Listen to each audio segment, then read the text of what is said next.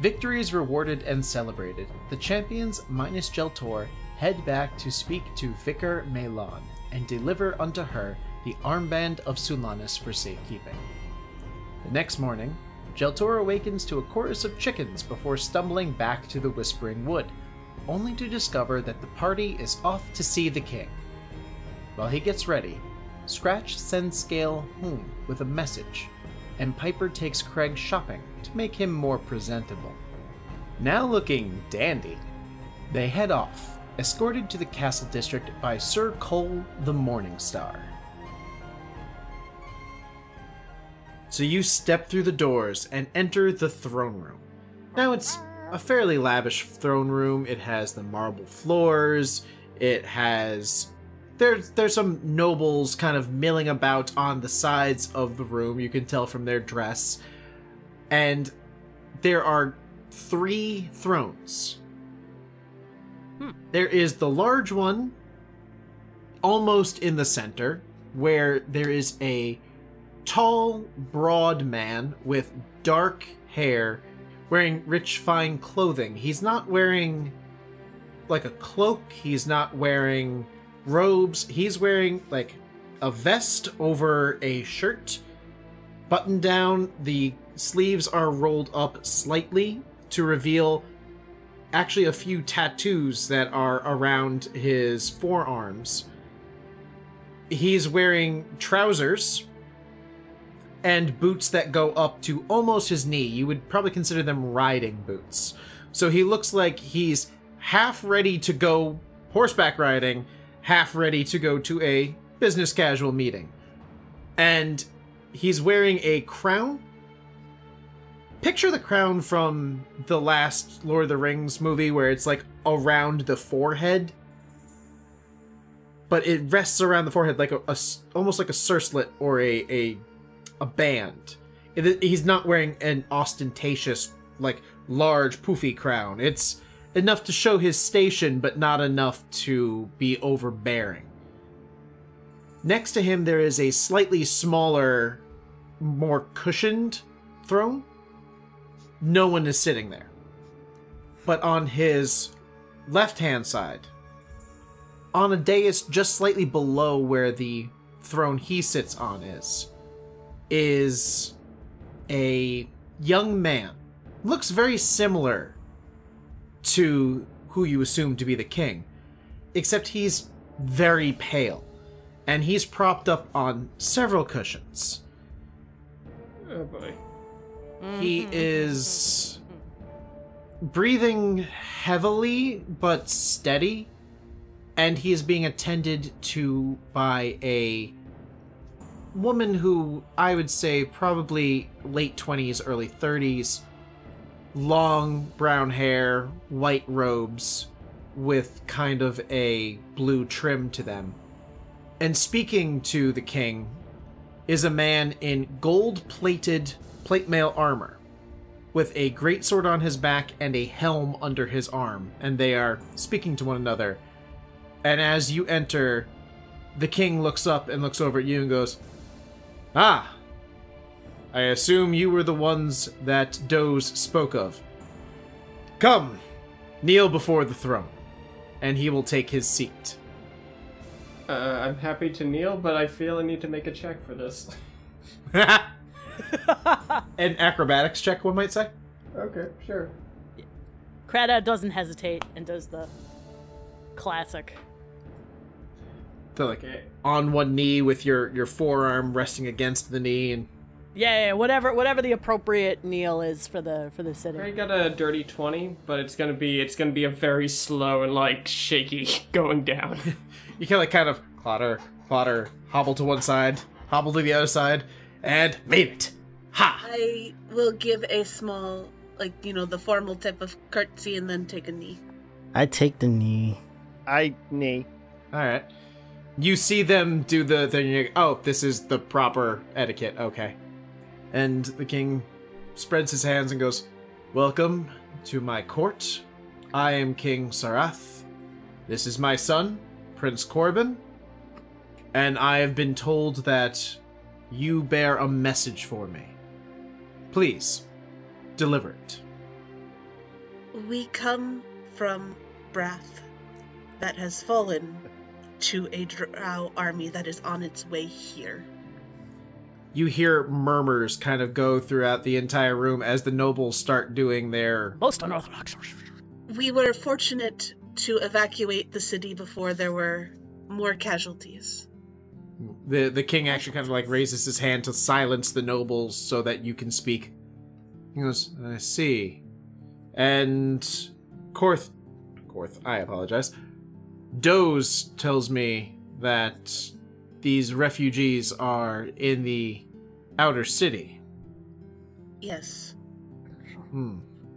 Well, Korth, he turns to the man in the golden armor. We can't have them staying out there. They'll be sitting ducks for any army. They'll either take them as hostages or use them for target practice. Get them in the walls. If we can get anyone out on the ships, get them out as quickly as possible, perhaps to speak with Athiana for naval backup. And Korth will nod, and he'll walk over to a few nobles off to one side and start delegating. Then he'll turn back to you. And I've heard you've done quite a few deeds, both within and without of my walls. Please, regale me yourselves, rather than me relying on rumor. Wait, what was talking about? Shut up! Kradod, like, smacks. The question is where to begin. We went to rescue one of the advisors to the mayor of Brath, in which we ended up fighting a drow in Garen's Fangs, as well as a black dragon. You hear like the court murmur, like get like, Dragon, oh. like that. Never would have thought this. Bryan, does it sound like they believe us? Oh yeah, no, they're listening very intently at this point. It was like, oh, most unorthodox, these people out of nowhere talking about a drow army and dragon fight. Go on. Ooh. Oh yes, oh, what a tale. Oh, so interesting. Okay. Unfortunately, we were unable to save the advisor's life, but we did return to Brath in time to evacuate the city as the army was approaching. After we arrived here, we rescued people from the burning ship. We helped rescue a farmer's family in the Mocking Mire. As soon as you say the Mocking Mire, you see the king's eyes dart away from you to where Korth is standing. Korth looks at him, and you kind of see like a knowing glance between the two of them. But they don't say anything and they don't interrupt you. They let you continue telling everything. Yeah, I cast exposition. Yeah, you cast exposition. So after you see that look, you finish telling them of like your exploits within the city, leaving out things like finding out who the Gold Assassin is. Yeah, obviously, things that we, would tell, things we wouldn't tell. Right. Not lying, of course. Kreg murdering someone? Not lying, of course. Right, just omitting the truth. Yeah. In places where it's not necessary. Once you finish your report, Piper, the king will kind of give you like a wave to just kind of stand aside, and he'll turn his attention to Kradod. And you, fair knight, what report do you bring from your master? Your Majesty, you certainly heard of some of the disturbance last night at the Boiling Kettle.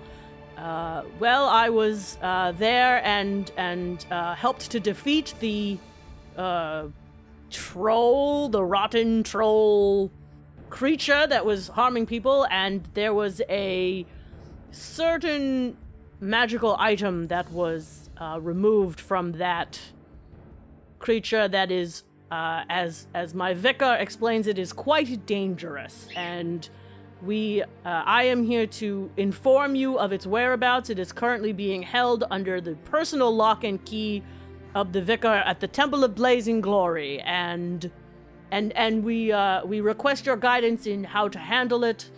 I do not wish to go into further details about the nature of this item, for I am only a humble messenger, and I would not wish to miscommunicate And also, I'm sure you would wish for discretion on this matter. The king nods and he'll, hold up a hand. Understood. Dancia.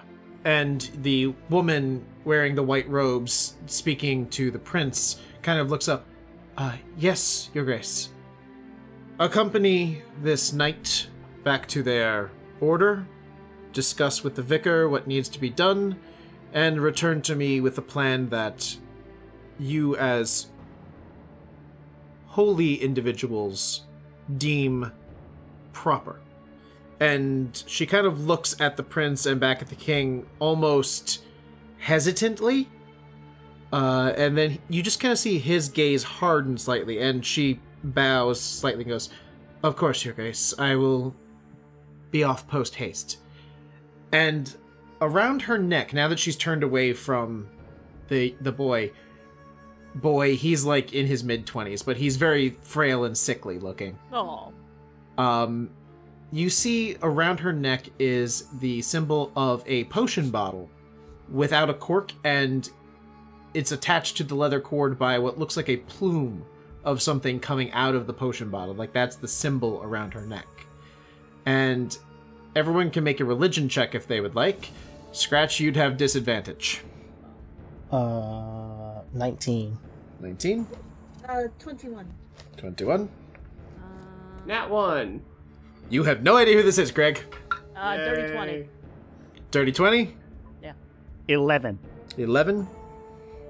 You don't know the god exactly, but based on the way she's wearing her robes and her demeanor, you get the feeling she's probably one of those Healy types.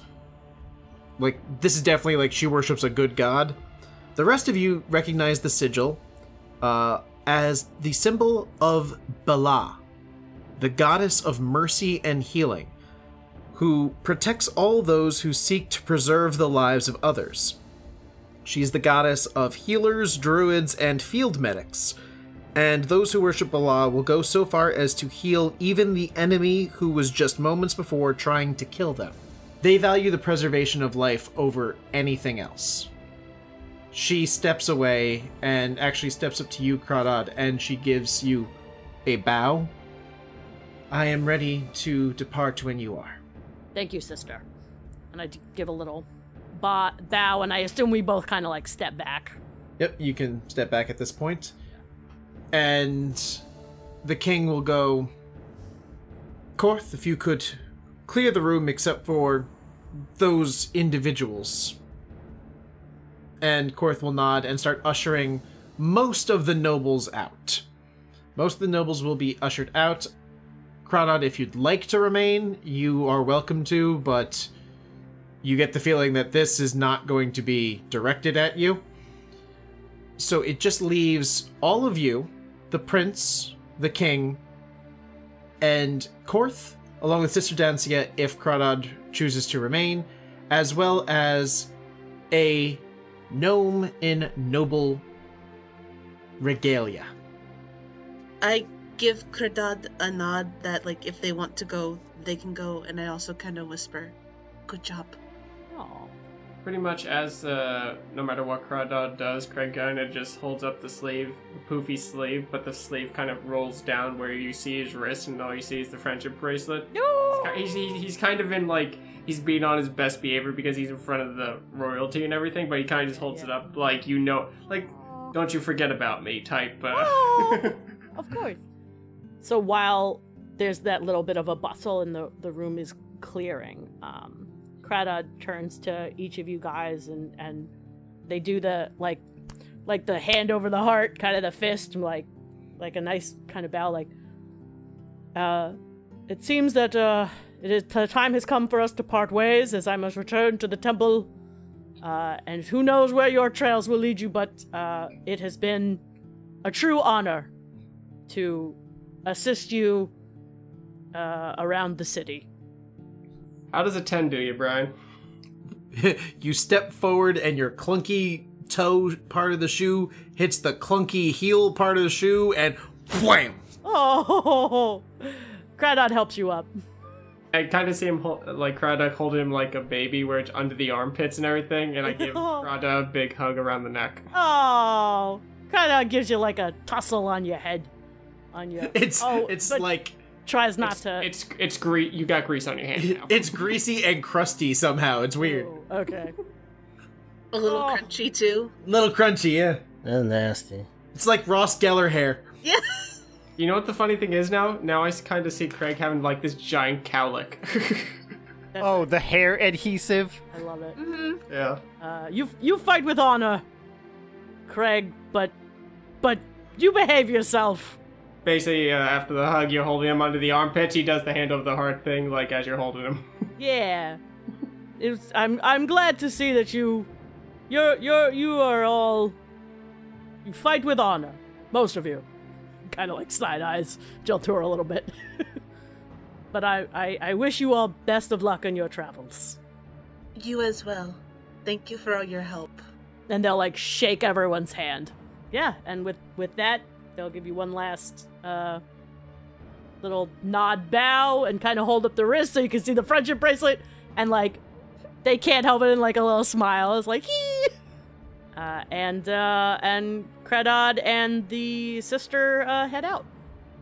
All right. I get the feeling they didn't like me very much. I would not take it personally, darling. I don't. Good. I have every right not to. I was like, I have every right not to. What? Conflicts of interest. That's all. And beliefs, I guess. Alrighty. So once the room has been cleared out, you are left there with the king, Korth, and this gnome in noble regalia. Sara, if you wouldn't mind. Okay, so the gnome is very, very finely dressed. Velvets, silks, brocade, almost a little too much, like a little ostentatiously, but, you know, it's a gnome. Their skin is blue, and they have, like, a darker blue hair. She has kind of like a can I speak to the manager haircut? A Karen haircut? Yeah, She's a Karen. Yeah, she has a Karen haircut, but it's like a dark blue. She looks a little tall for a gnome, and if you're watching closely, if you watch her like move around, it kind of looks like maybe she's wearing like really like high platform shoes, like we're talking like 70s disco level platform shoes, like trying to look a lot taller than she is. I was going with insecure short guy from the 80s, but Yeah. 70s platform works too. Yeah, 70, but you know, very fancy, very, very fancy. So the king turns to you, he kind of steeples his fingers, and he looks at you and goes, "You went into the mocking mire. Yes, sir. You found the creatures that lived within. The gnolls, yes. The scary fuckers. They have been something of an issue." He kind of looks at Korth when he says that. I mean, if it helps, we kind of killed their fighters. You killed some of their fighters. The mocking mire was more of an outpost. It was difficult to get to. However, we hadn't been able to traverse the terrain. If you head north beyond our walls, skirting along the eastern edge of the swamp, you'd see a path leading to the mountains. But if you diverge from that path into the forest, there is what we believe to be the source. Their den, as it were. Huh. We've been having difficulties sending our troops in to deal with it.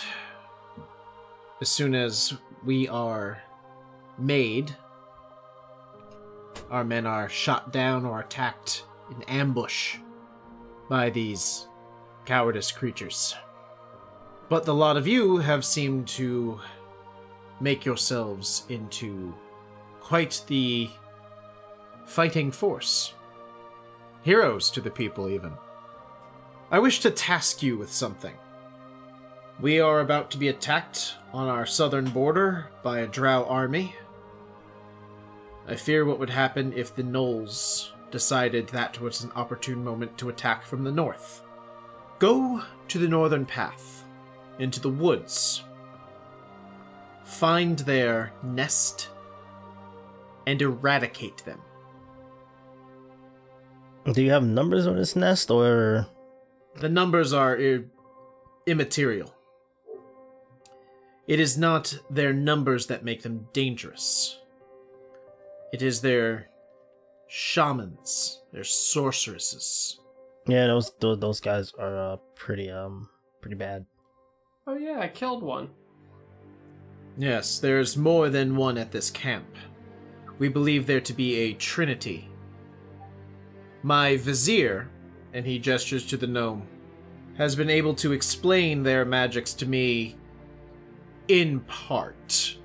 Magic and arcane study has never been my strong suit. As you see, I surround myself by those who are more skilled than I in each of the arts. He gestures at Korth. The martial, he gestures at the gnome. The arcane, and he gestures at the door that the sister had walked through. And the divine. I am not so much a fool to think that, though I wear a crown, I know everything. So, my vizier, as he gestures to the gnome, can fill you in on how the gnoll's magic functions. He turns to her and says, "And I believe that means that you're getting something of a promotion." Oh? Yes, you've spent quite a bit of time in this castle. I'm promoting you to our head arcane field agent. Field agent, Your Majesty. Yes, I need for you to accompany them. It seems that there's no caster among you? No, sir, there is not. Thus your skills will be needed. Besides, he kind of leans back in the throne. I need someone to vouch for them to Kethra. And you know Kethra. You're not a big fan of Kethra. Kethra is a human ranger who, she lives out in the woods. She is dirty. She is, like, she sleeps in dirt. And, wait, and he wants me to report to her? Basically, he doesn't understand the shaman magic. They don't understand the shaman magic. You're there to help deal with any arcane issues that might come up. And also, Kethra doesn't know these people, but Kethra knows you. So if you're there with them, Kethra knows It's a matter of that, trust. Yep. Got it. Kethra knows that you were all sent by the king. Gotcha. Mm-hmm. But as I said, it's not that there's anything wrong with Kethra per se. It's just such a filthy, vulgar girl living out in the woods. Yes, I don't. I just don't care for her at all. Yes, indeed. So the vizier, you can see, is visibly very calm, very schooled, and just sort of clasps her hands together and gives a polite little bow. Of course, Your Majesty. Thank you. He turns to the rest of you that are still there. And is there any questions you have for me regarding this task? You got any healing potions? I'm sure Dancia has a few laying about. We can outfit you and send you on your way. Oh, cool, that works. I kind of look at Piper. Can I take my shoes off now? In a moment, darling. Oh. Just for clarity, we are to take care of the no problem. Yes. Eradicate them. They're ilk. Even the non-combatants? They're gnolls. There's no such things as non-combatants. I don't know. Last time we went in there, some of them seemed pretty afraid to fight. Korth just kind of looks at you and goes, I've never seen a gnoll that wasn't willing to rip a man's face off. There were children. Well, listen, Or he just said a matter of the cleric. king said eradicate, so who are we to judge? Very true. That's fair. Okay. Is there anything else aside from eradicating the gnolls? He kind of sits back and thinks. The orc tribes that live up north have been uncharacteristically quiet. We haven't had any raid issues in the past 2 or 3 years, so you shouldn't run into any of them, though the tribes do live to the north. Beware, there may be a raiding party. Though again, without them having attacked in the past few years, I wouldn't anticipate it. The natural dangers and wildlife, of course, are things to be aware of. We haven't had anything too vicious outside of a leopard now and then. He kind of shakes his head, thinking, Korth, have your patrols seen anything? Korth shakes his head, no, my liege. Just the gnolls. I think we spotted a few large tracks. Perhaps crocodile? Any owlbears in there? We have bad experience with owlbears. Owlbears do not live this far north. The swamp and the chill deter them. Look at Piper and see, now you don't gotta worry about going down again. I guess we're good to go. Just need to get supplies and we can head out, right? It's the morning, right? Potions and whatever equipment we can get is basically what. Yep. It's actually fairly early morning. It's it's probably about 8:30 at this point. Yeah, that's like it's pretty early, so we can suit up and head out. Yeah. Vizier Karanana, Yes, Your Majesty. if you wouldn't mind collecting your accoutrements, But of course. and I will have the rest of you, he gestures to Korth, outfitted. Korth nods. He steps up to you. Whatever you need, if it's within our arms or armory to grant it, it will be yours for the journey. Unfortunately, the number of potions we're able to part with for this mission will be limited based on the fact that there's an army coming to our gates, and we need some for our men as well. Understandable. Of course. He nods. Follow me, then. And he kind of marches you all out. You know, he bows and kind of prompts you to do the same. And then marches you all out through the doors. Karanana, you're going the same direction, so you'll be able to stay with them. Oh, as soon as those doors close behind us, because Kreg keeps the shoes on all the way out the door, as soon as those doors shut, he falls on his ass and just takes off the shoes, goes, "Thank God." And he stands up, puts the shoes in his bag because Piper bought them for us, so he's going to take care of these things. My word. And he's going to just start walking normal now. Yeah, Karenina looks very offended by that. Oh, don't worry, you'll be much more offended later, I assure you. Also, the battle axe was on his back the entire time. He never leaves home without that. Oh yeah, no one took your weapons away from you. But then again, there were Morning Stars in there with you, and Korth was in there, so the king wasn't exactly concerned. He's dealt with adventurers before, he knows. No, I know. I just want to make sure because Kreg was dressed up. He, like, more or less, no matter how he's dressed, it's almost always there just in case a fight breaks out. I'm gonna put my hood back up then. Yep, you can definitely do that. Korth will lead you to the barracks, and I mean, Karenina, if you'd like to speak with them at any point. So she is following Korth. She is not making eye contact with you. She had like a little sniff of disgust when Kreg took his shoes off. But she is not making any effort to be polite. She is accompanying you to the barracks, and so far she's been quiet. I'm just gonna address Karenina. It's simple. So, can you fight? Can I fight? He said Master of Arcane, like what you do? What you do? I make problems go away. Oh, good, because we usually get a lot of problems. Imagine. But as soon as we leave, Kreg takes off his shoes, and the first thing he says is, "Hi, I'm Kreg. I see you're a gnome too." Charmed, I'm sure. Now, what you can tell by looking at the two of them is they are very different-looking gnomes. Kreg, you're a forest gnome. Yep. So you kind of have that greener skin tone. You're a little smaller than her as far as like width is concerned. Mm-hmm. Width? Because Call me fat?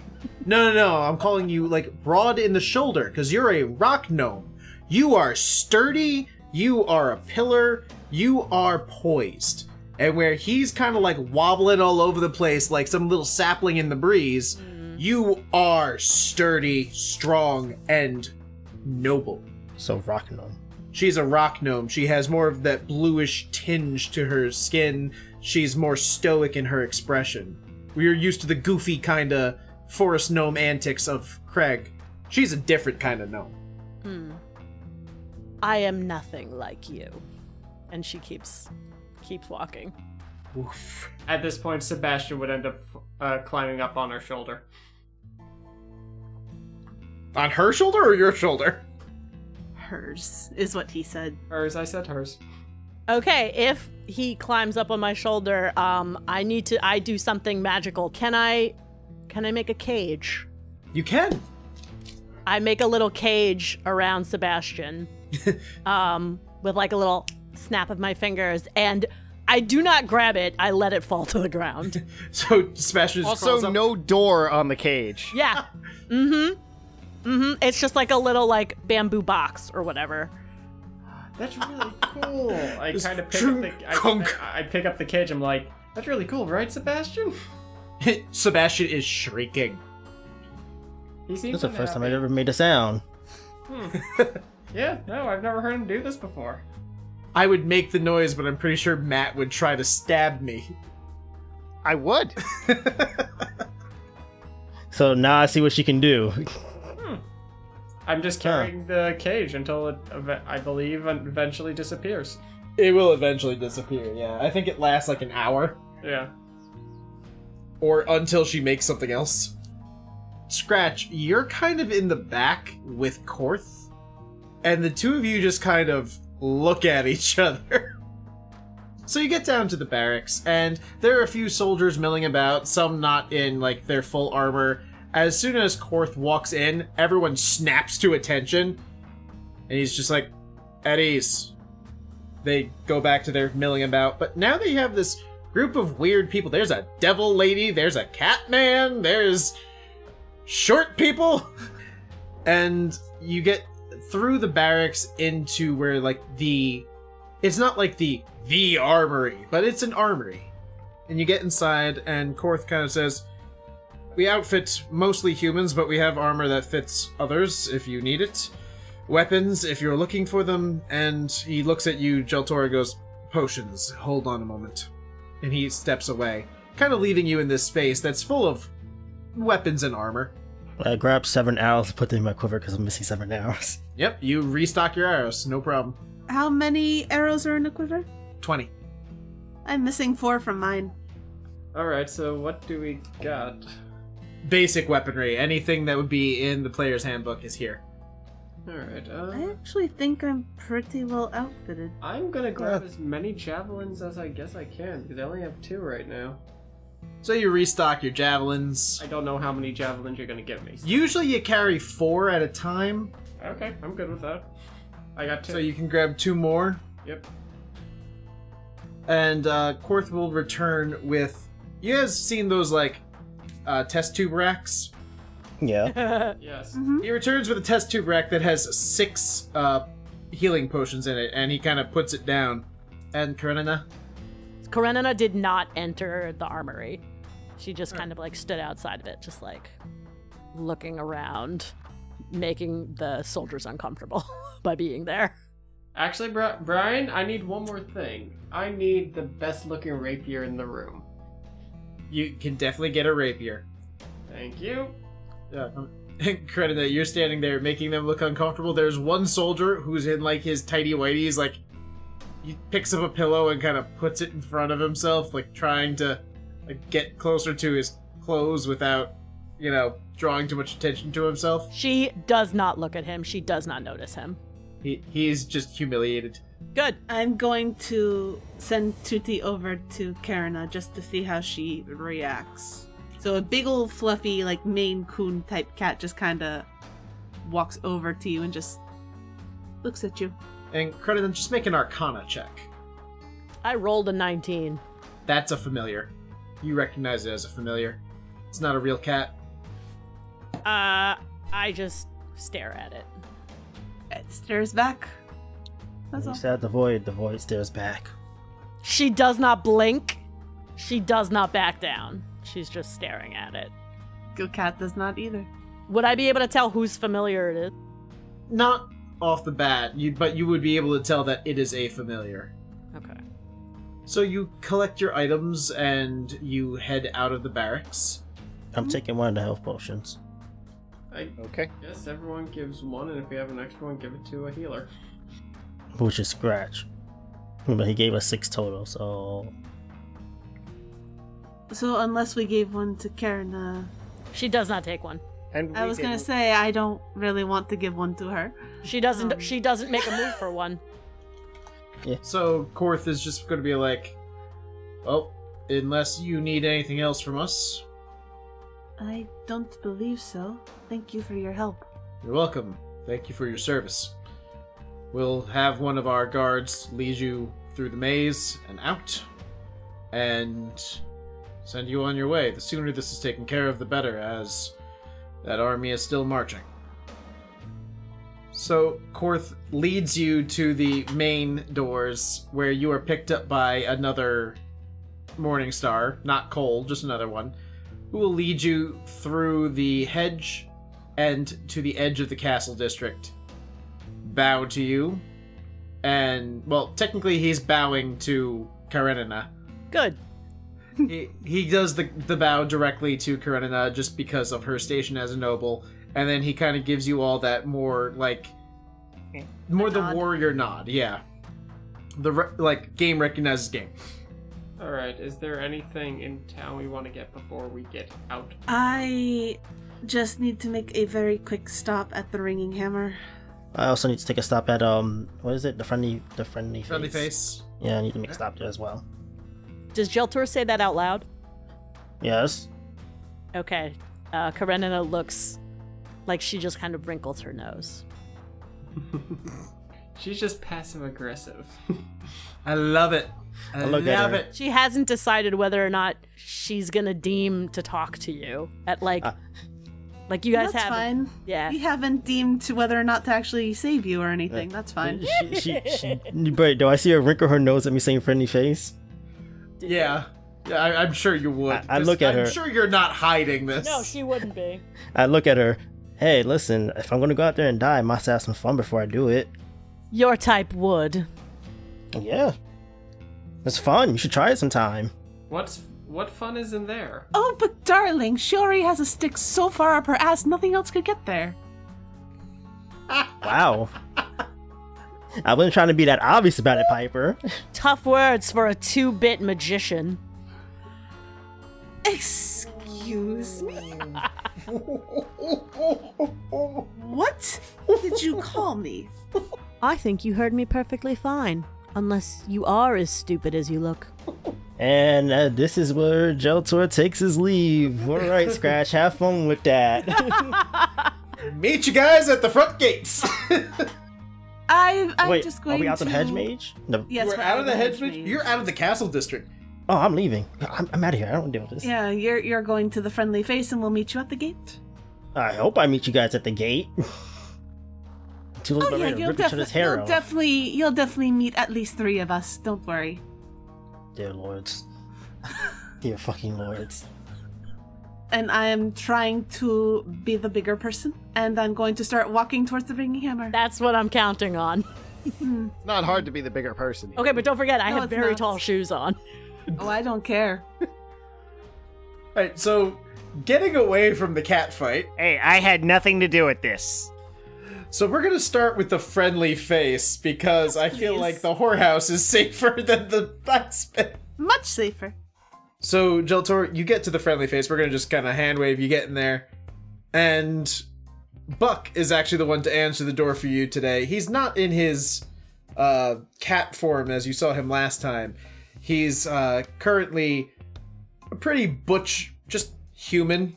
He's got a scar on his chest, but you can tell it's Buck because it's that overly masculine form, and that's what Buck does. Gotcha.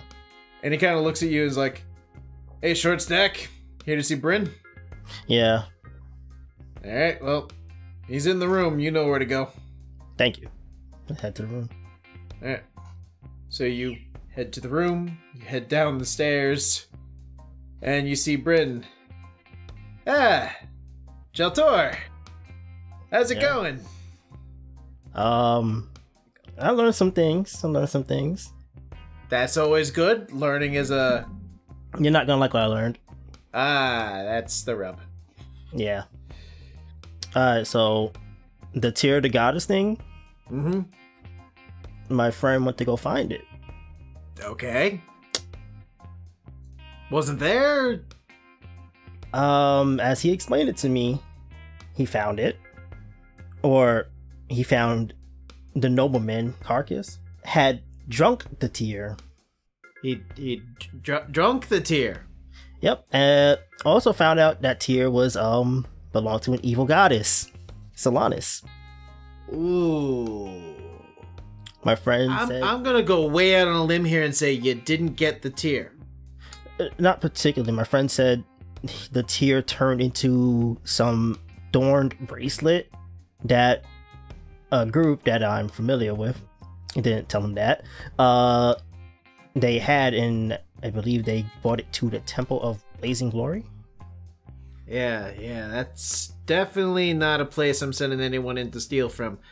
But also, evil goddess, I don't think we'd want to steal it anyway. Yeah, sorry to break it to you, that was a kind of just a series of unfortunate information. Yeah, but I mean, the whole goddess tier thing is a thing that exists apparently, so... Well, that's important information at the very least, so it wasn't just a wild goose chase, that's... No. That's legitimate. Yeah, seems like god artifacts are definitely around. So you know what that means? That means ears to the ground. Try to find out more about them. We don't want to end up grabbing anything from some evil god or goddess. That would go poorly for us. Yeah, considering you might not want to touch it, I don't know how that goes. He didn't touch it. He, like I said, he didn't get his hands on it. Right. Well, no tier means no finder's fee. But Understandable. hang on a second. He goes out, he seems to be counting something. He tosses you a bag.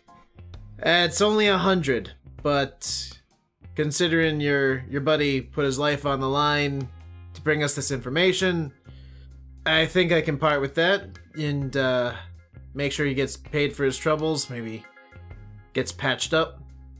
Of course. Thank you very much, actually. You're welcome. I like to treat my friends well, and if any friend of yours is a friend of mine, so... I like that. You're a good person. Well... As good as a person can be. You treat your thieves right, they don't steal from you. Smart man. Yep. Alright, well...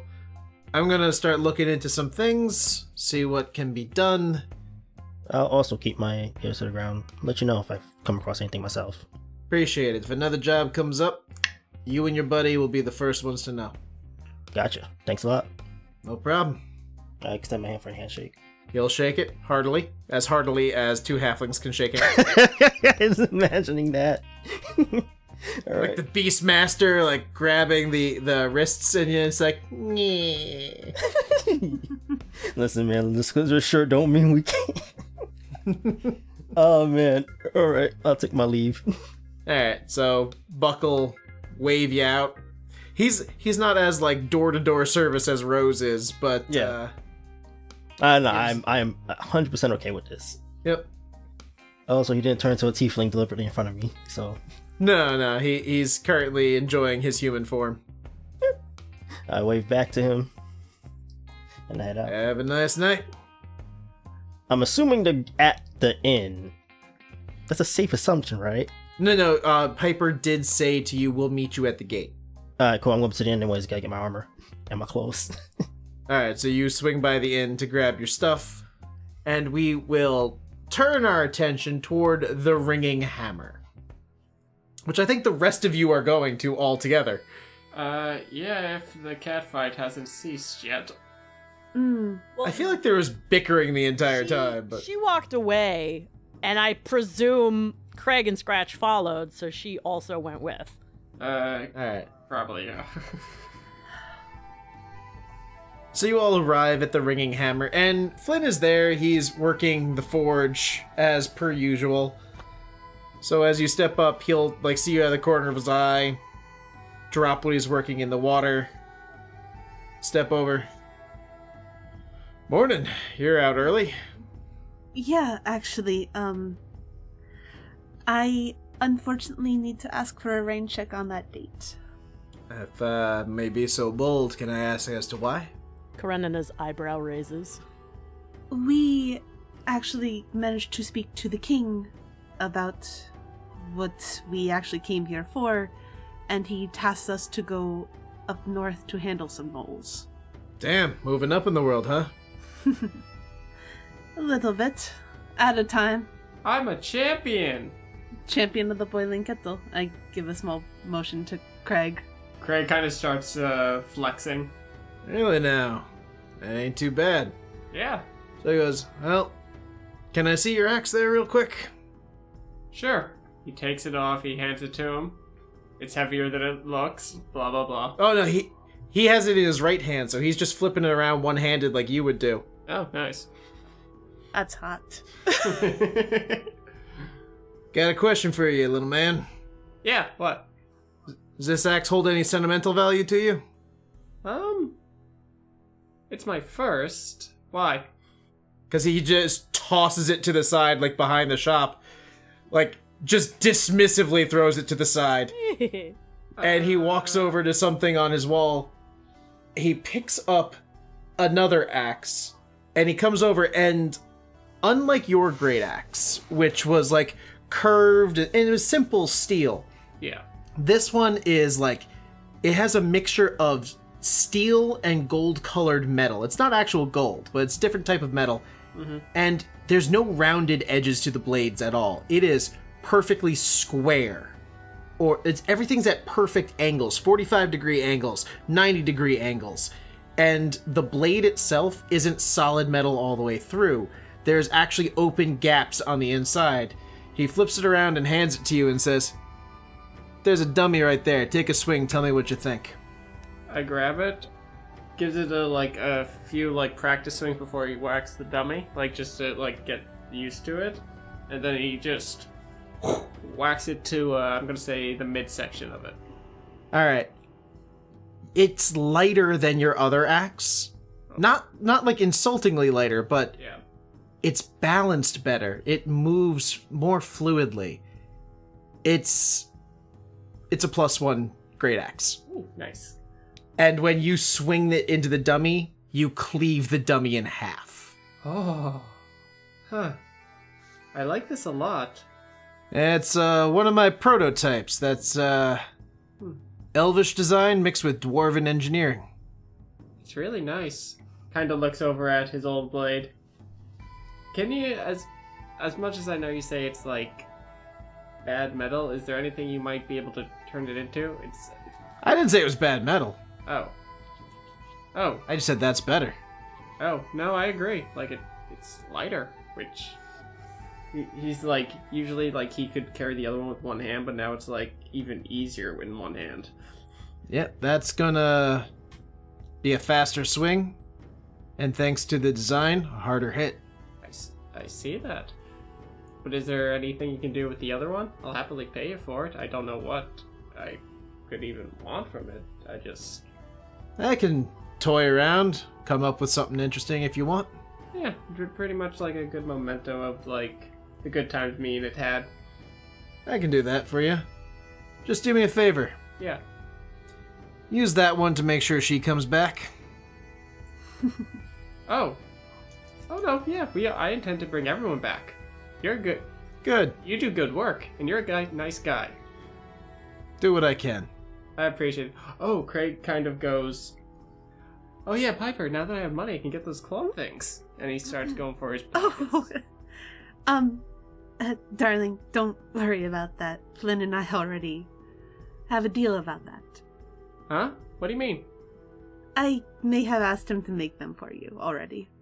He kind of drives the axe to the ground, runs up to you, hugs your legs, and picks you up in like a kind of a bear hug thing, swing you back and forth, because he's never...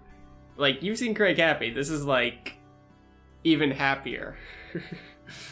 So Flynn is leaning on the counter when you do this, and he kind of looks at Scratch and goes, Do you think he knows that the ground is cobblestone?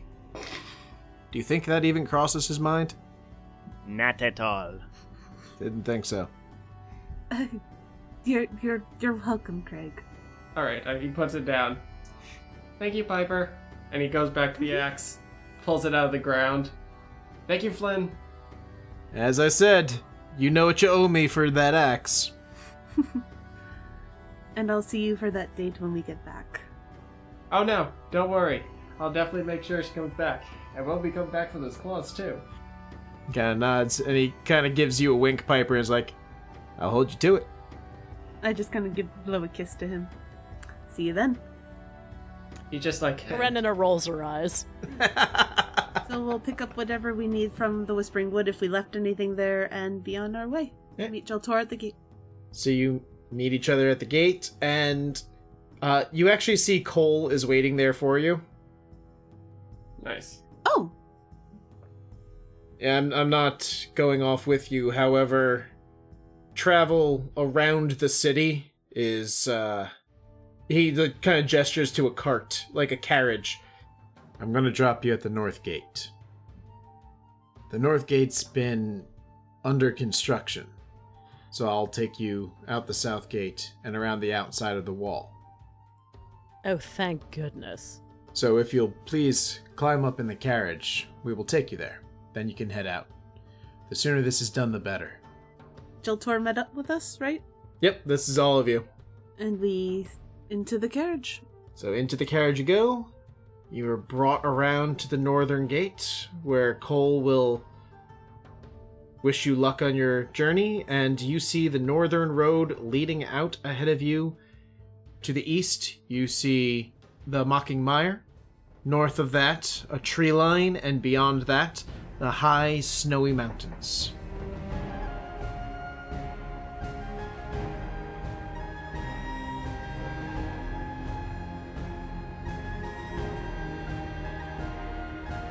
This has been the Reliably Chaotic podcast.